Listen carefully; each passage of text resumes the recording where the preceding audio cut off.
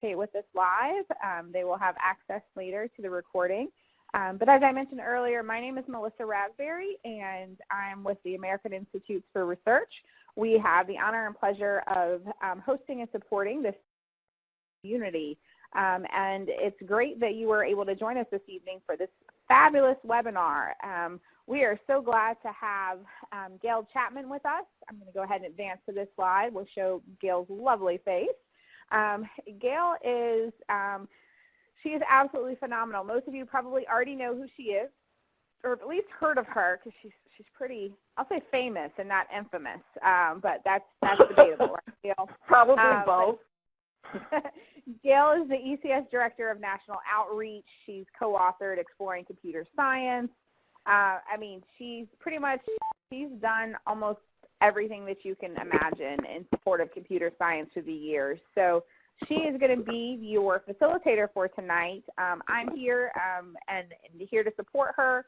I'm here to support you all. We hope that you will call in if you're able. I'll put the call-in number again in the chat window in case you missed that. We would love for you. We hope for some active participation over the air as well as in the chat window. But please do let me know if you do have any questions. If you call in, we do ask that you mute your phone until you wish to speak so that we just kind of cut back on any background noise. But with that, I'll go ahead and turn things over to Gail, and she'll take things from here. Thank you, Gail. All right, so I'm going to go back to the agenda for a moment so that everyone has a general sense of where we're going. We've already had our beginning chat here to discover who's here. I see several ECS professional development facilitators. See a few other people from other organizations, and I'm hoping that the combination of folks will allow us to get a conversation started that I'm planning and hoping will continue over the next several webinars in a variety of different ways as we start to think about recruiting for next year and the larger framework of computer science education as we are getting more and more famous, so to speak. I'm going to try to make this as interactive and PD-like as I can, given the kind of technology that we're using. So bear with me, and I hope that you will participate, whether it's via chat or by phone. Understand that for most of you, this is an evening event, and that can present challenges with other people running around your house and that kind of thing. So I totally understand if you can't participate by phone, but we'd love to have you do that. And then we're going to talk about a variety of things related to broadening participation to get us focused on what you all as a group and what we as a community can do in the next several months. So I'm going to skip that and ask you all to take out a virtual journal, because I don't suspect that you thought to bring a journal with you from an ECS professional development. But I would like you to take a minute or two quietly to yourself to reflect on this particular set of questions. Who encouraged you to become a computer science teacher? Who discouraged you? What other messages did you receive in your journey in becoming a computer science teacher? And if you're not a current teacher, but you have had experiences in your career as you've moved on, what parts of that experience were positive and what were negative? Basically, that's what we're looking for. Who was encouraging, who wasn't, and what messages were part of that? And of course, Elaine has a journal. And I'd like you to just take a minute to think about that. And then if you feel like you want to share in the chat, you can do so. And then we'll try to have a conversation around this.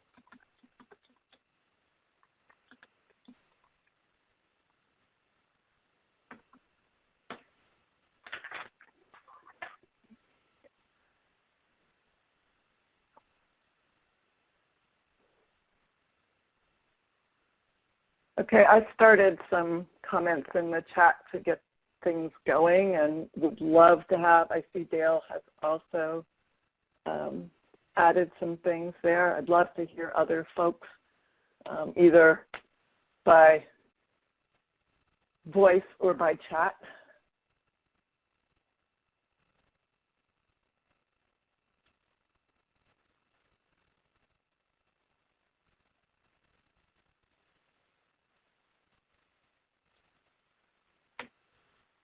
Any of them.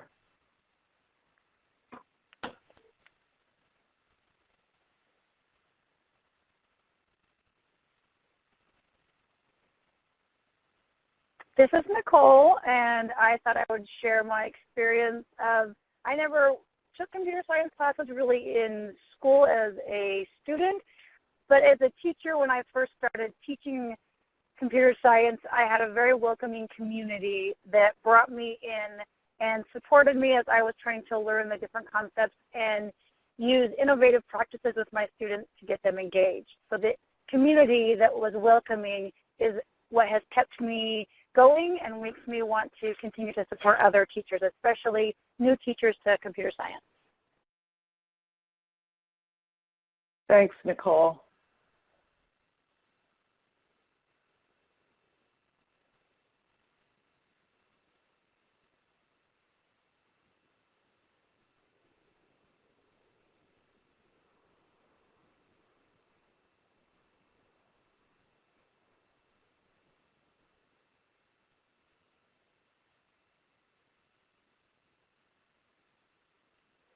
I see multiple people are typing, so I'm going to just wait for a minute or two here.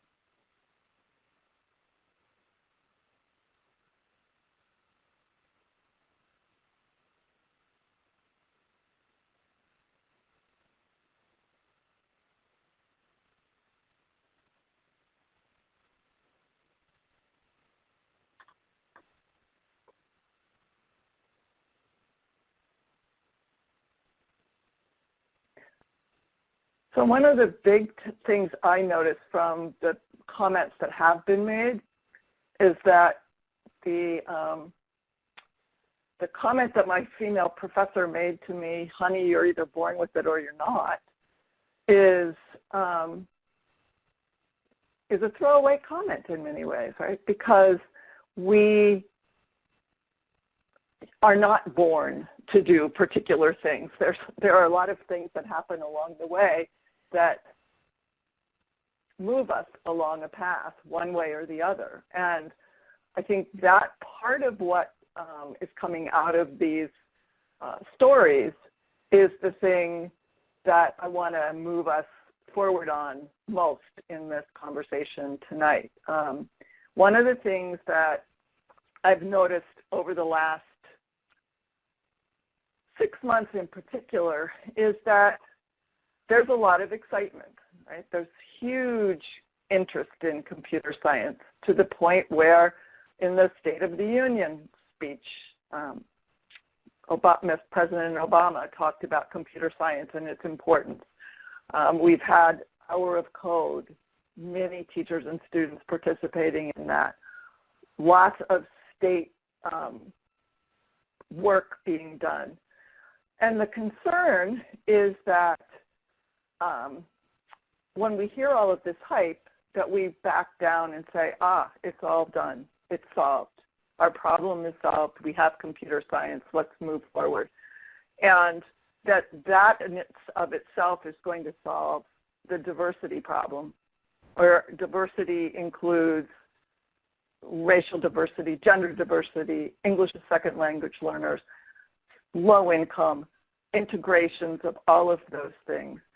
And it's absolutely not true that numbers alone are the answer, because all you have to do is look at what's happened in AP Computer Science A over the past few years to see an example of that, right? The numbers have gone up by leaps and bounds over the last 2 years, and yet while there have been small gains in female and underrepresented minority participation, they have not been anywhere near the growth patterns overall. So we still have a lot of work to do. And you all, as teachers and other activists in this community, have a huge role to play in ensuring that that works. So I'd like to switch gears here and talk about what it takes and what it looks like to broaden participation in high school computer science. And if you look at this graphic and ponder it for a couple of minutes, there's 3 overlapping sections: availability of the courses, attracting and enrolling students, and effectively teaching students. Right? I think for ECS teachers, we're at a much better place than the community at large, in the fact that if you're on this call, you're already in the availability of courses bucket at the very least, right? Somewhere along the line there's been a teacher, you are the teacher champion, there's been some administrative support, there's been community support, whether it's just the local school or broader than that. And in many cases, there's been some sort of partnership to make sure that that was available. So having the courses available is obviously a necessary condition to move us forward, but it's so far from sufficient that we need to have a lot more conversation about other pieces of this. So, think about what happened in your first year of teaching ECS, for example. How did you recruit for that? Often that first set of recruitment is who's the low-hanging fruit, who's already interested. Okay, we've got this class, we've only got one teacher, we've only got one period in which to put it, therefore 30 students get put in, and those 30 students have some characteristics that I want us to think about. But then what happens after you've taught the course for a year? Right? You've taught the course for a year, it begins to have a reputation. Hopefully that reputation is one that has sparked interest in students. Maybe there's more support. And then what do you do about recruiting for that second year? How do you change the way you recruit to take advantage of the fact that you now have a reputation? And who is impacting those decisions? Is it important? Does it matter whether counselors are supportive or not? All of these things are part of the discussion. And then hopefully over time, we're effectively teaching students. Again, I think ECS teachers in general have moved to a place where a lot of others who are just starting into the computer science space may not be yet, because as part of our professional development program, we talk about the fact that we need to have an engaging curriculum and culturally relevant pedagogy and an inclusive learning environment. All of these things then feed upon themselves cyclically, right? So one of the things that we're going to talk about in future webinars is a larger focus on the effectively teaching students piece, which is a natural transition from our PD. But for today, we're going to focus on the middle part of it, attracting and enrolling students in particular. So we want to think about ways that we as teachers and school representatives steer students toward and away from CF classes. What kinds of social encouragement, messaging about who belongs, your role in ensuring equity. And we've talked about these things in other PD sessions, from stuck in the shallow end lesson activities to how does this play out in a particular lesson in ECS. But it's important for us to continue to reflect and take a deeper dive into this realm. So I'm going to pause for a second. I want to make sure that everybody's sort of on the same page with this, understanding this graphic. And I find myself like pointing and doing all these things that I know you can't see. So it's very disconcerting, I will say.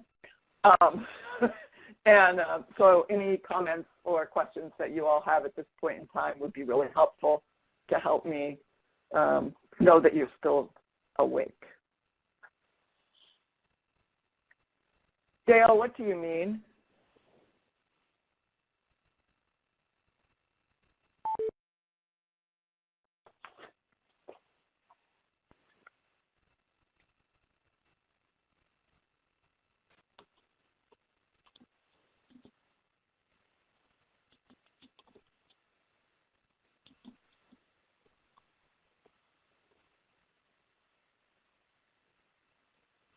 Ah, okay. I can't type, but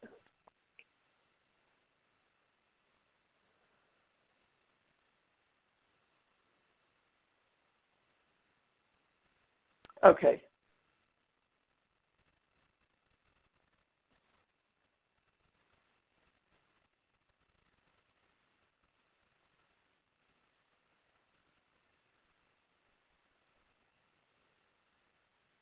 Okay. I finally made that connection, so thank you, Dale. So Elaine has a very strong recruitment plan that we will ask her to tell us more about as we proceed. Any other questions, comments before we move on to the next segment? Okay.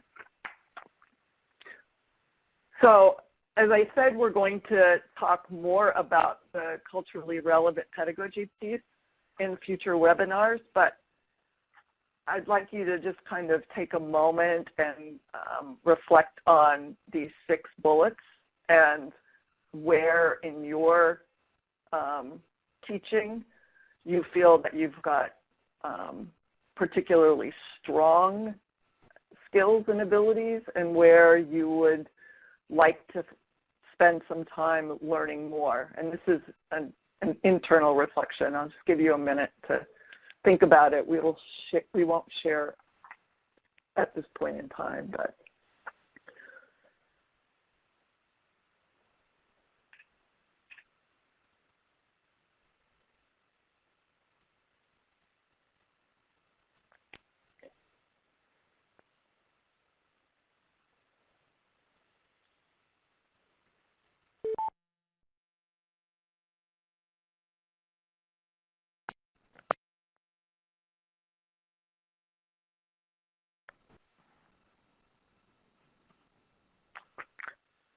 and I'd like to particularly note that 5th bullet, which I think often is at the crux of some of the things that we're going to talk about next, which is this notion that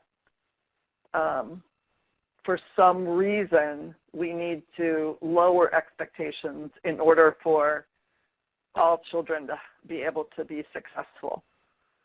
And those of you who know me well know that for me that means that we really don't have equity when that happens.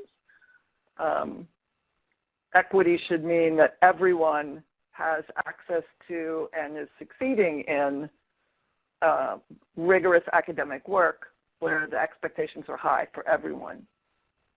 So I think sometimes that's one of the hardest early things for teachers to learn because it is so ingrained in a lot of what we do, the best and the brightest, the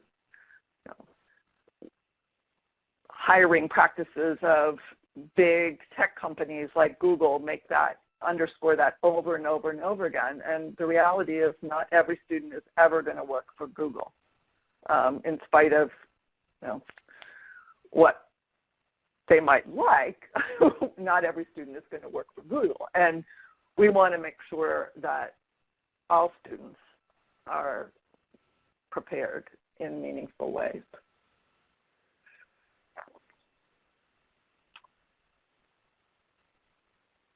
Okay. Seems like lots of people are typing, so I'm going to give it a minute to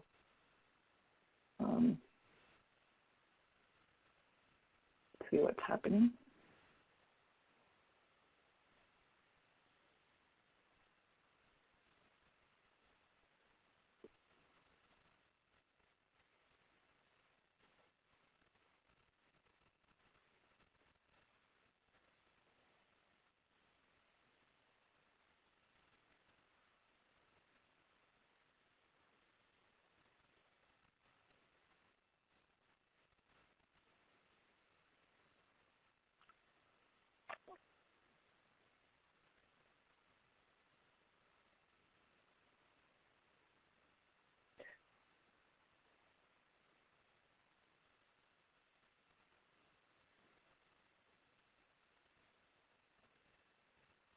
Yes.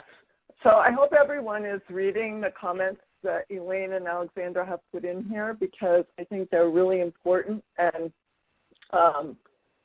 these are all the kinds of things that I want to tease out in a much more focused conversation about these 6 bullets and culturally relevant pedagogy in a subsequent webinar. Because indeed, one of the things that happens often is that, okay, well, we will provide some context for people, but at the same time, we force that context, whether, students are really interested in that or not. So how do we create an environment for students where they can choose the kinds of things they talk about and write about and work on in a computer science class? Right. So, right.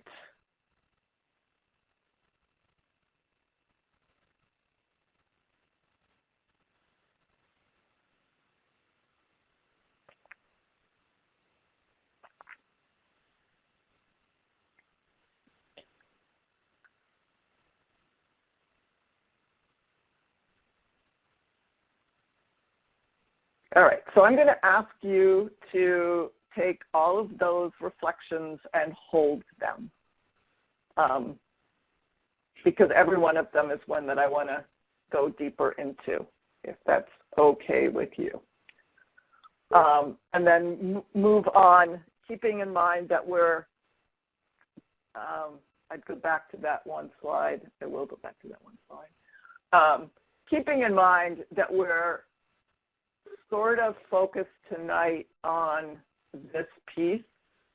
You can't ignore this piece, even in this conversation, but this is where we're focusing our attention tonight. So,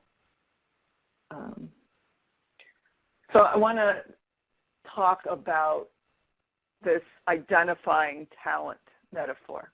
All right, so this is a picture, and this is often the way students are recruited, especially in the first year of a computer science course. So thoughts on what this means and examples that you might have from your own experience or from other experiences, and it doesn't necessarily have to be computer science, but I just want to make sure that everyone kind of understands what that metaphor is talking about.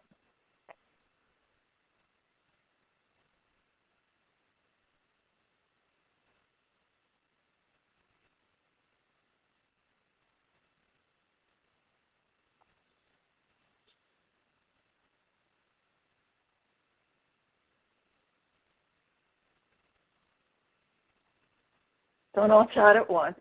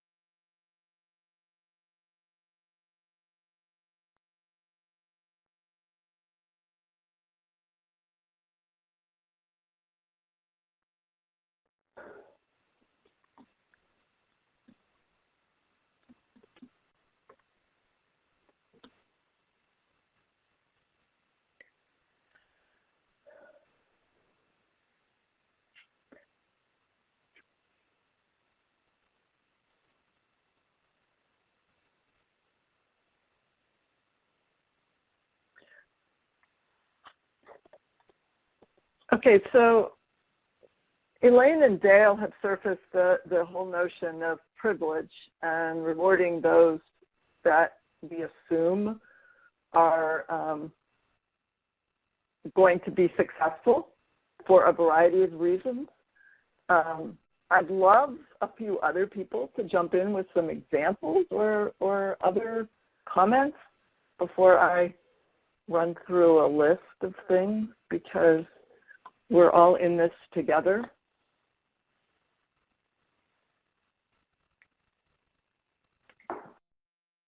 This is Melissa from AIR. I'd love to chime in here. I know I'm not in the position of a computer science teacher, but I just know from our work with the CS10K community that I've been so surprised at the great things that the folks out in Washington are doing to bring with Project Access and bringing awareness to, or Access CS10K, and bring awareness to how much more that students with disabilities can do than we might assume.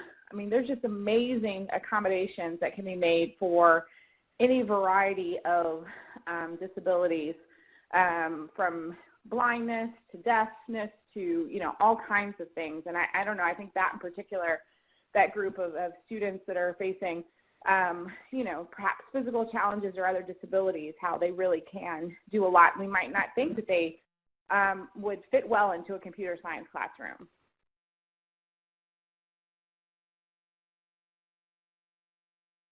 Thanks, Melissa. I think that's a really important comment, and I think it also goes along with ESL students, where often their difficulties with language are mistaken for lack of understanding. And so recognizing that preparation is not a substitute for ability to do, right? We need to be able to figure out ways to ensure that all students can, in fact, be successful. Again, that part's about teaching, but the assumptions we make in the first place are the things that will get them in the room or not. So, how do we, what other things do we do, right? So assuming those are two assumptions.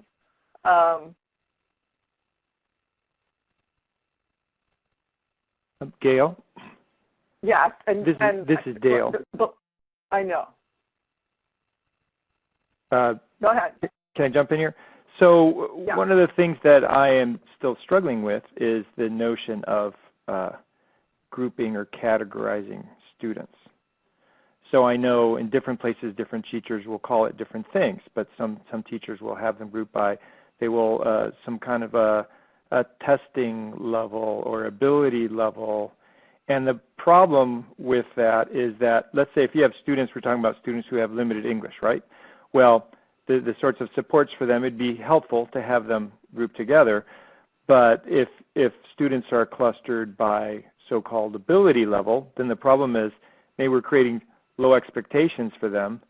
So then how do we group or cluster in terms of efficiency students without pigeonholing them and deciding ahead of time what they can and can't do?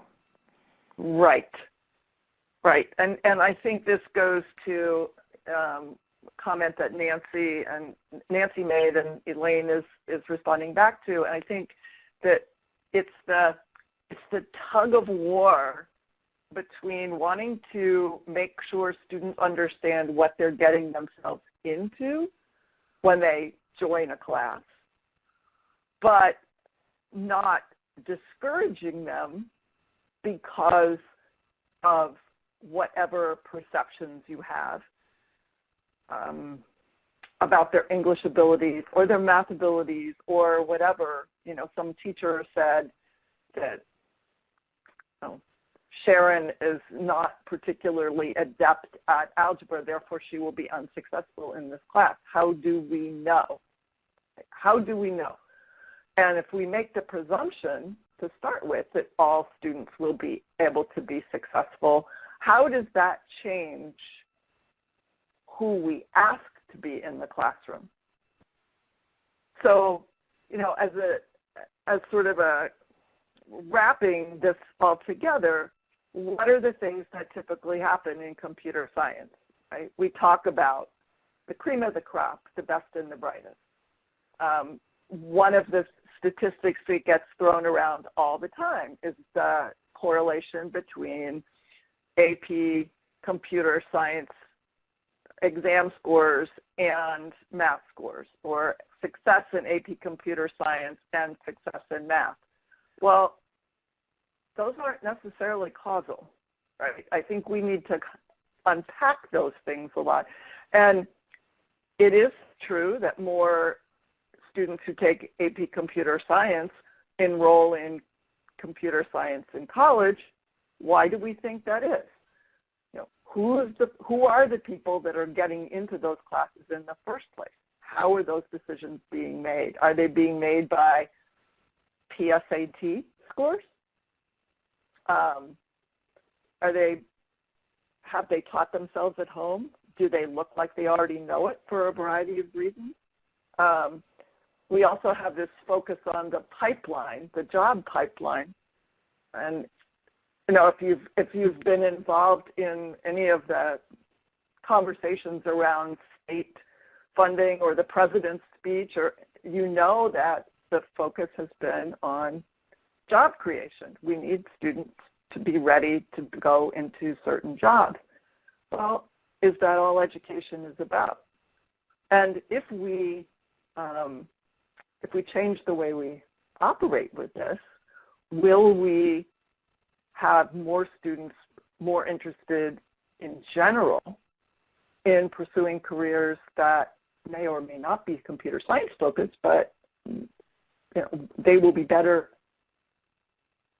fits for other jobs down the road.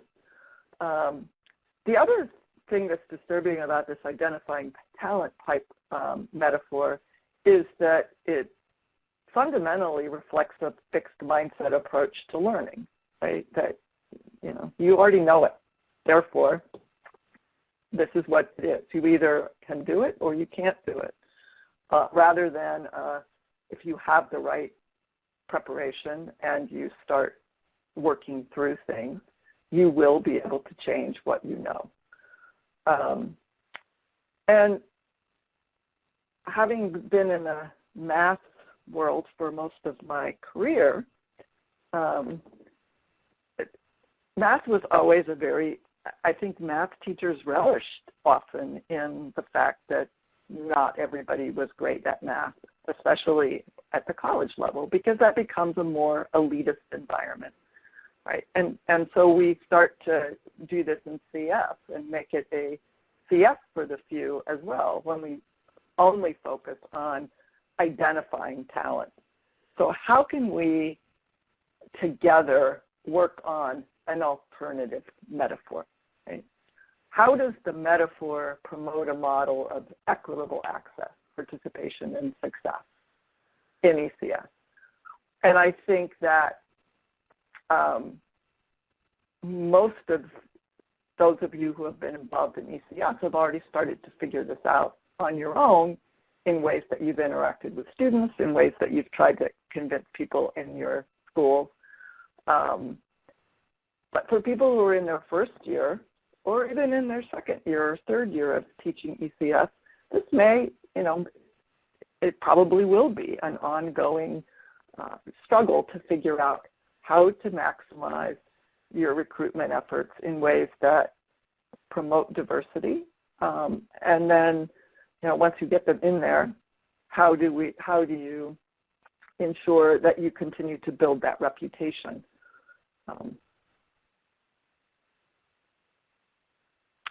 So now is the time. Right. So in the spirit of ECS, reflection is the way we operate. It's a sort of a problem-solving process, right? We reflect on the current state of things. We plan. We do something. Observe, review, and repeat until exactly what we want in terms of success.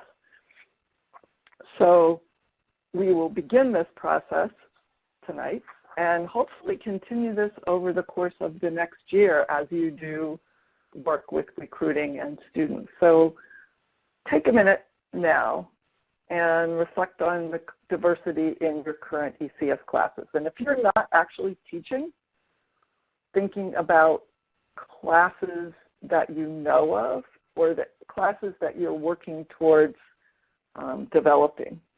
What's the current diversity and how does that match the school enrollment? You may or may not be able to really fill this in right now, but this is what I'd like you to be thinking about. And to the extent that you can, Kevin, that looks like perhaps you don't have ECS this year. Is that correct?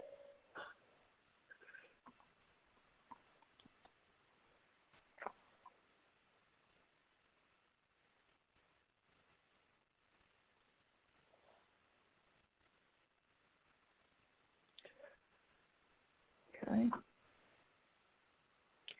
And so this is for the year that you're currently in. If you are, whatever your situation is, how were students recruited and placed into class? who was involved in these decisions and how did they impact the diversity of ECS students? Okay. So Kevin, is that an all-boys school? Okay.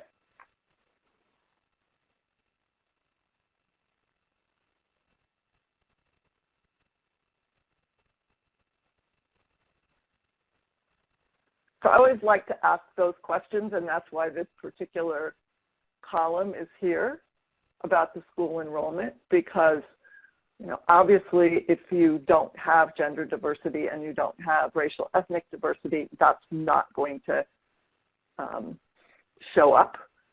But that doesn't mean that we're off the hook either, because we can ask the same questions. We could add multiple additional columns here or rows here. Obviously, a lot of these things could be intersecting, but we could add ESL, we could add students with disabilities, we could add low socioeconomic, and we could try to do a Venn diagram of all these as well. But the idea is to start reflecting on what this looks like, what the reality looks like versus the total school enrollment. Because what we really want ultimately is we'd like all students to be enrolled in computer science. But how do we get there?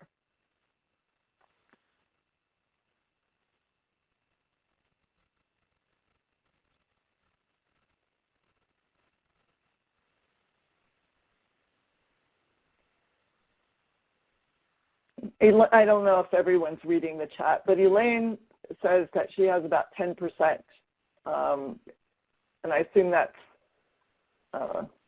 girls in your second year at the school. And it's hard for one or two girls in the class or club to hang in there until more girls come in, and that is absolutely true.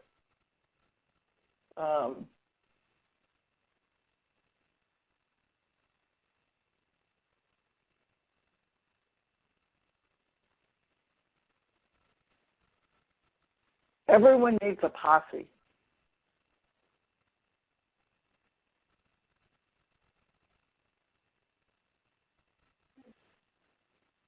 Okay, Janet, that is not an atypical situation there.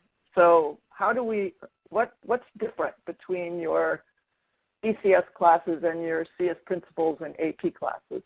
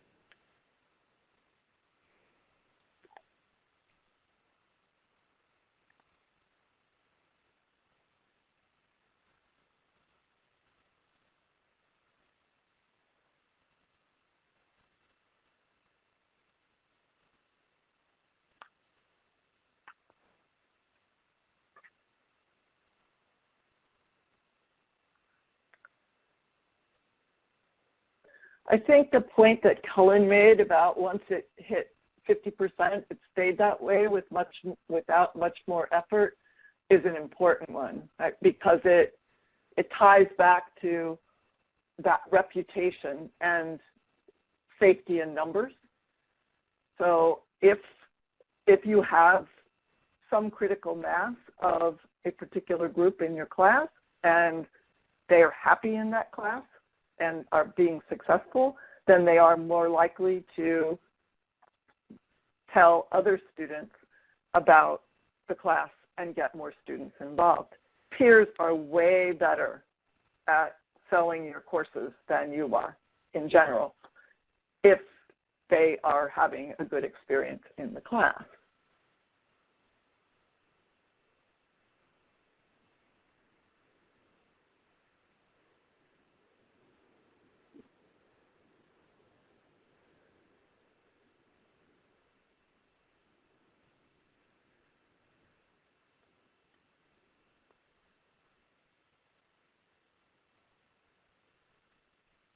Elaine, could you talk a little bit more about your tech? I assume that's Technovation.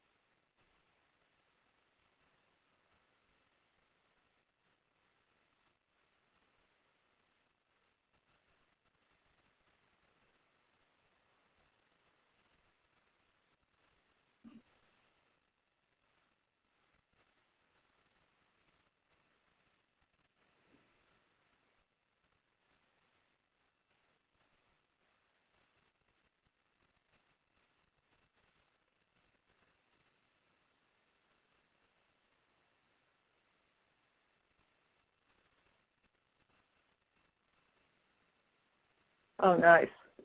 Elaine, can you perhaps put some links to that and information on the actual CS10K site in the open group?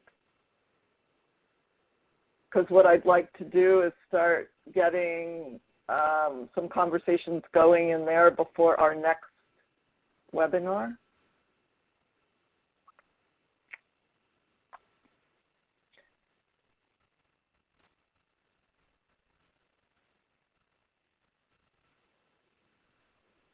So our overall action plan is one where we want to change these columns, right, so that we're seeing these numbers in here more closely approximate the school enrollment, and that students are being successful in the class, right? It's one thing to get them in there, but we also want to ensure that they're successful once they get there. So this is a good time in terms of recruiting for next year, keeping in mind that recruitment and placement and reputation all go hand in hand, right? We want to recruit that diverse group of students. We want to ensure that they enroll in those classes, and then we want what they do in that class to create a reputation that will aid with recruitment in years to come.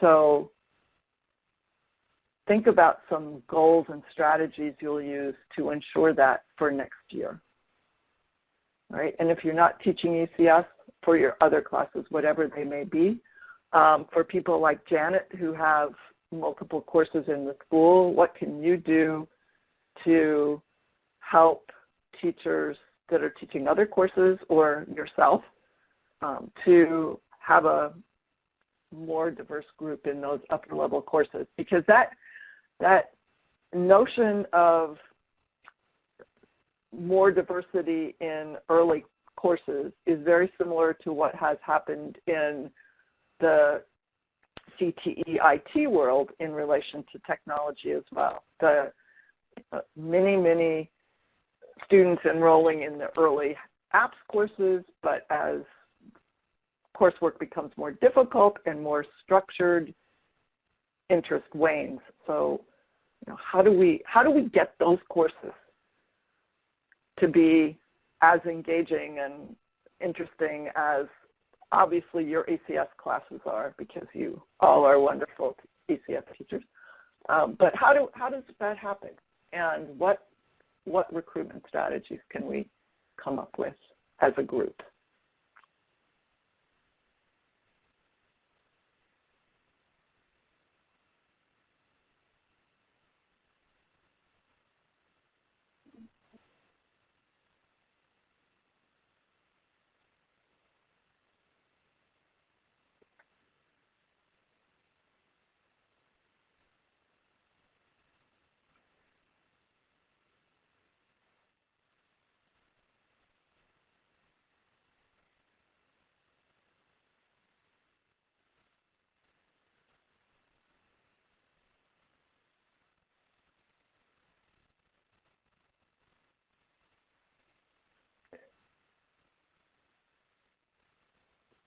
Janet, in my ideal world, we would have this situation where you could have an interdisciplinary AP computer science class that would connect those same girls to the biology and environmental science that they're interested in, because there's so many connections they could make.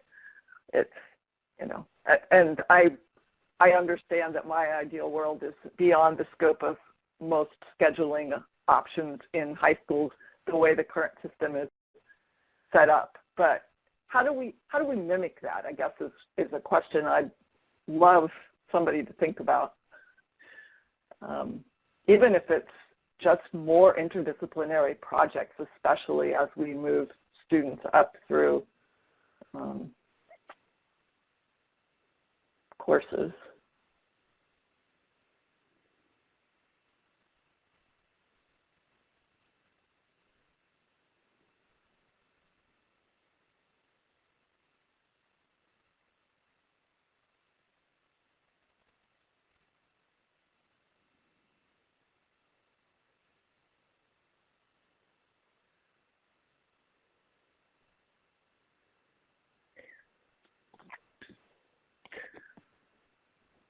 I think all of these strategies are ones that get at that notion of getting to everybody. I think, you know, this thing about going to the freshman or core classes where you're more likely to get that diverse set of students than if you go to the Algebra 2 or pre-calc classes. And also the one-on-one kinds of recruitment that give students a feeling that you really care about them, right? It's an invitation, right? It's not a, oh, everybody's welcome. It's you, Julie, Shalita, you are people that should be in computer science. This course is for you. These are the things we're going to do. You never know which particular project or topic is going to resonate with kids, but you know, showing them options, I think, is always a good strategy. And yes, Nicole, I'm going to put in a plug that this is precisely the kind of thing that we want to start happening on CF10K Open Group. And I can't think of a better topic, a more universal topic than this one for us to start with. I appreciate all of you putting your comments in now. It's great to see you starting to really get in here. Just, of course, as we're starting to wrap up with 4 minutes left, but that's great.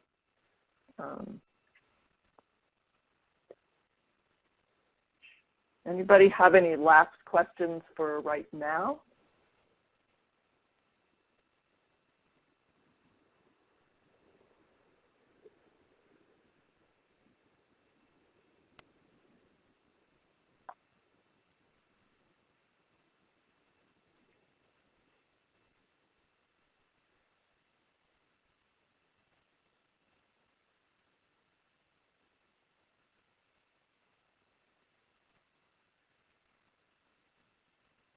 This is great.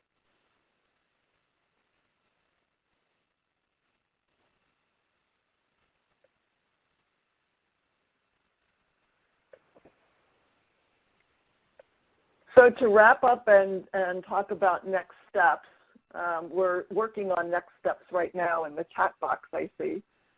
If you haven't done so already, please join the CS10K Community Open Group. You have to be a member in order to post, but we really, really, really would like you to do that, participate. It's very easy. You'll be approved almost immediately, I believe. And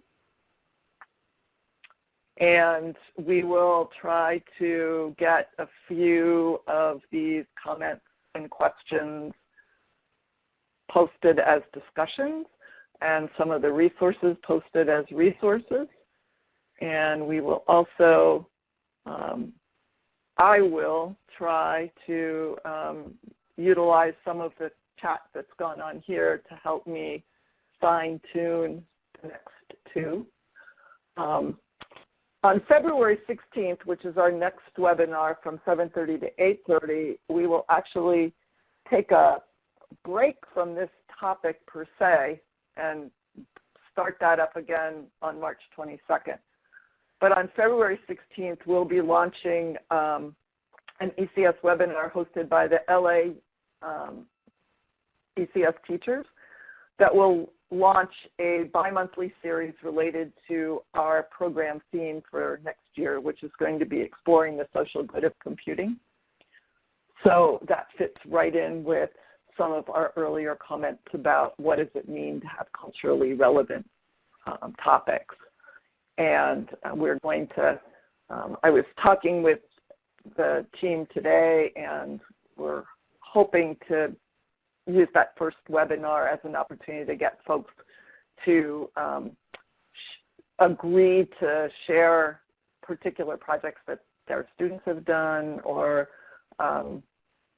ideas they have related to community awareness and community good. And many of you I know have done this as part of your Unit 2 project.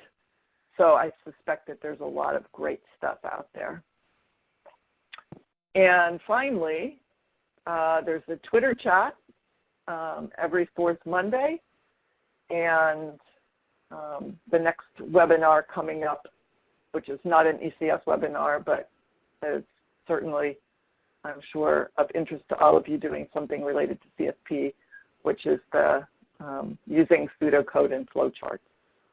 So thank you all for joining tonight. It was a lively discussion once we all got going here, and I'm looking forward to continuing the discussion on CS10K and in future webinars. So have a great evening, and I'll talk to you all soon, I'm sure. Thank you so much, Gail. We're glad that all of you could join us tonight. I'm happy to stay on if you have any questions about how to access the community, but we thank you and look forward to seeing you at one of these future events. Take care, everyone.